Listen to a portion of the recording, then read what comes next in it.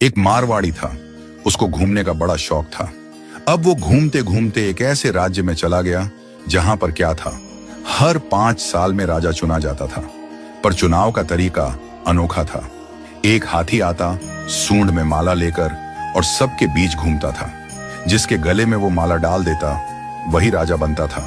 अब क्या हुआ, हाथी आया माला लेकर, थोड़ी देर इधर उधर देखा और जाकर माला इस मारवाड़ी के गले में डाल दी।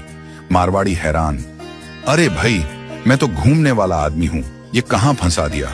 खैर, उसे राजा बना दिया गया, सिंहासन पर बिठाया गया। राजपुरोहित आया, तिलक करते हुए शर्तें सुनाने लगा।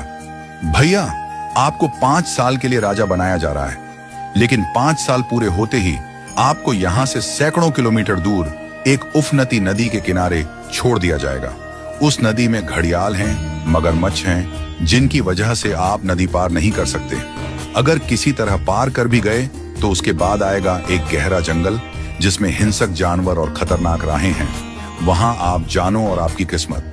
अब तक जो भी राजा बना था उसे मालूम था कि 5 साल बाद मरना तय है, तो वह 5 साल बस ऐश करता था, भोग विलास, मजा, तामझाम। लेकिन यह मारवाड़ी अलग निकला। उसने सोचना शुरू किया, अब मुझे 5 साल बाद क्या करना है। राज्य की जो भी आमदनी आती थी उसमें से 51% जनता की भलाई में लगाने लगा, और बचे हुए 49% से उसने अपने आगे की प्लानिंग की।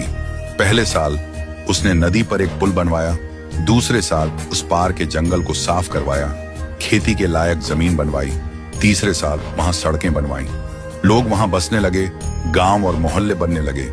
चौथे साल एक छोटा सा महल बनवाया जहां वह आगे जाकर रह सके। 5वें साल अपने जीवन भर का खर्च, जरूरी चीजें, अनाज, सब कुछ वहां स्टोर करवा दिया। अब 5 साल पूरे हो गए।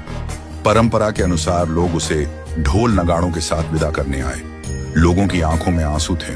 कहने लगे, ऐसा राजा हमने पहले कभी नहीं देखा। वो राजा था मारवाड़ी, शांत मुस्कान के साथ सबको प्रणाम किया और उस पुल पर चढ़ गया जो उसने खुद बनवाया था। लोग अवाक रह गए। हजारों राजा आए गए, मारे गए, लेकिन ये पहला राजा था जो भवसागर को पार कर गया। कथा का संदेश, हम सभी इस धरती पर सीमित समय के लिए आए हैं। ये जीवन 5 सालों की तरह है। जो इस समय को मौज में घंवा देता है वो अंत में उस भवसागर में गिरता है जहां मगरमच्छ, घड़ियाल, दुख और पीड़ा है।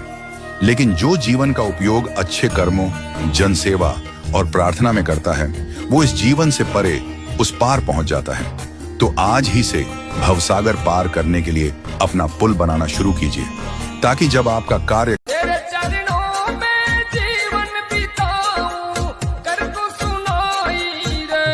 शाम तो से प्रीत लगाई रे, शाम तो से प्रीत